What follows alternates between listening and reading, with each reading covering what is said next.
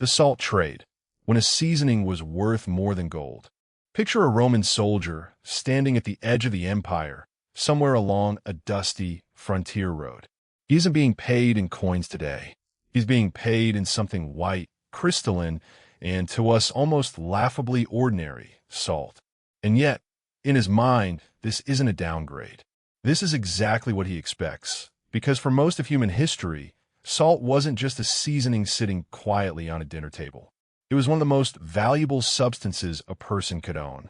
That fact sounds almost absurd today, when a bag of salt costs less than a cup of coffee. So the real question is, how did something this common become, for thousands of years, genuinely worth fighting wars over? The answer starts with a problem we've almost entirely forgotten. Before refrigeration, keeping food from rotting was one of the greatest challenges any civilization faced. Meat spoils within days. Fish spoils even faster. Without a way to preserve food, communities were at the mercy of the seasons, unable to store surplus for winter or for long journeys. Salt solves this problem remarkably well. Packed around meat or fish, it draws out the moisture bacteria need to grow, halting decay. A side of pork that would rot within a week could last for months, once properly salted. This wasn't a minor convenience. Salt meant armies could march for months without starving. It meant sailors could cross oceans on preserved provisions. It meant a family could survive a bad harvest on stores from a year before. In a world without refrigeration, salt was, quite literally, a matter of survival. And unlike gold, which most ordinary people rarely touched, salt was something every single household needed, constantly, without exception. That combination, universal necessity paired with limited natural supply, is exactly what made it valuable enough to shape economies and empires.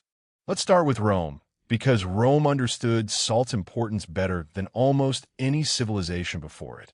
The Roman state built and maintained major roads specifically to move salt efficiently across its territory, including one of its oldest highways, the Via Salaria, literally the Salt Road, which carried salt from coastal flats near Rome into the interior of Italy. Rome also, at times, paid its soldiers a wage explicitly tied to salt, and many historians trace the modern English word salary directly back to this practice, from the Latin salarium, a term connected to salt allowances given to Roman troops. Whether or not soldiers were literally handed salt instead of coins in every case, the linguistic link alone tells us how deeply this substance was woven into the idea of earning a living. Roman administrators also recognized salt as a resource worth controlling directly. Salt production and trade were regulated, taxed, and in some periods run as state monopolies, because whoever controlled the salt supply held real leverage over the entire population. An army without salt couldn't preserve its rations. A city without salt couldn't reliably store food through winter. Controlling salt meant controlling a society's ability to simply keep eating.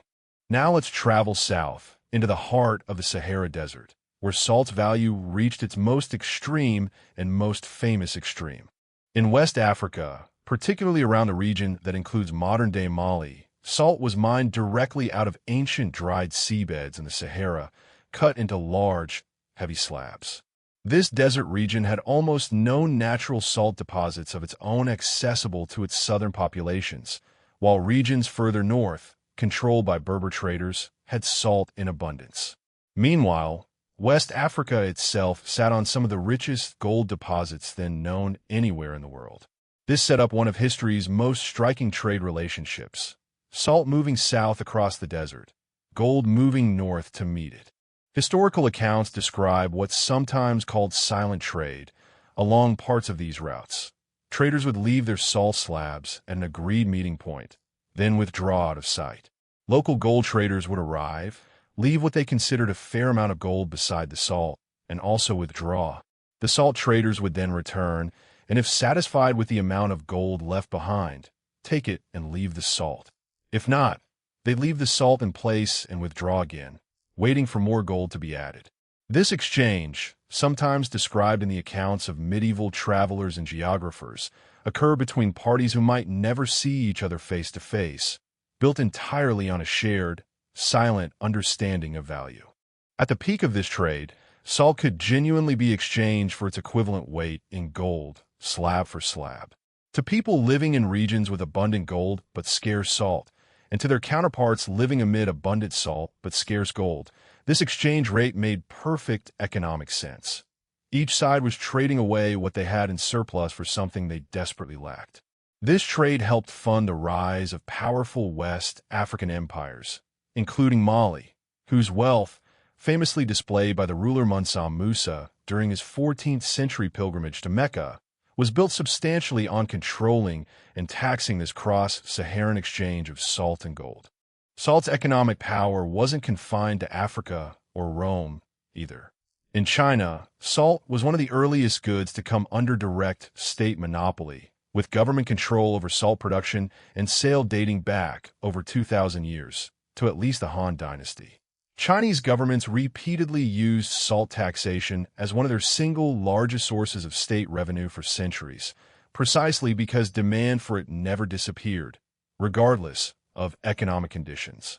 People might cut back on luxuries during hard times, but they still needed salt to preserve their food and season their diet. This made it one of the most reliable tax bases available to any pre-modern government. In medieval and early modern Europe, salt's strategic importance sparked its own share of political conflict. Venice, in particular, built substantial wealth partly through its control over salt production and trade routes across the Mediterranean, at times going to considerable lengths, including military action, to protect its access to productive salt pans and to limit competition from rival producers. Various European kingdoms imposed dedicated salt taxes, among the most infamous being France's gabelle, a salt tax that required households to purchase a minimum quantity of heavily taxed salt from state-controlled stores each year, regardless of how much they actually needed. This tax became deeply unpopular over the centuries, falling disproportionately on ordinary people who had no way to avoid it, and it stands today as one of the clearer historical examples of how a tax on something people can't live without can breed lasting public resentment. That resentment mattered. By the late 18th century, the gabelle had become one of the widely cited grievances feeding into the broader economic anger that helped fuel the French Revolution. It's a striking illustration of how something as basic and unglamorous as a seasoning could, when mismanaged by a government, become tangled up in one of history's great political upheavals. So how did salt eventually lose its extraordinary value? The shift came gradually, tied closely to advances in production and transportation. For most of history, producing salt required either laboriously evaporating seawater in coastal pans, a slow process highly dependent on climate and sunlight, or mining it from underground deposits using difficult and often dangerous methods. Both approaches limited how much salt could be produced and how easily it could reach distant markets, keeping supply relatively scarce relative to demand. Starting in the 19th century, industrial mining techniques and improved transportation networks, particularly railroads, dramatically changed this picture. Massive underground salt deposits, left behind by ancient evaporated seas, could now be mined at a scale previously unimaginable. Places like the salt mines of Poland, some of which had been worked for centuries, and newly discovered deposits in the United States and elsewhere, could now produce salt far more efficiently, while railroads could move it cheaply across entire continents. Salt, once a scarce resource justifying dedicated trade routes and government monopolies, gradually became abundant almost everywhere, and its price collapsed accordingly. By the 20th century, refrigeration technology delivered the final blow to salt's ancient role. Once households and food industries could simply keep food cold instead of relying on salt curing to prevent spoilage, one of salt's most essential historical functions became, for most everyday purposes, optional rather than necessary. And yet, despite all of this, salt never actually became worthless. It still sits in every kitchen on Earth. It's still mined industrially at enormous scale, still used not just in food, but across a huge range of industrial processes, from de-icing roads to manufacturing chemicals. What changed wasn't whether we needed salt. What changed was how scarce it was relative to how badly we needed it. And that relationship between scarcity and necessity, it turns out, is really the whole story behind salt's rise and fall as one of history's Maybe that's the broader lesson sitting underneath this entire story.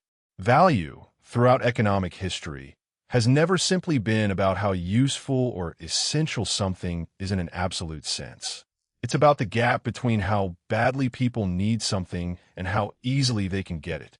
Salt was never any more or less essential to the human body during the age of the Sahara gold trade than it is today. What changed was simply how hard it became to get enough of it. And that's perhaps the strangest, most human twist in the whole story. Soldiers were once literally paid in it. Empires taxed it into political crisis. An entire trade network stretched across deserts just to move it from where it was abundant to where it was scarce, all for a substance that today, most of us don't think twice about pouring straight into a shaker and setting on the table.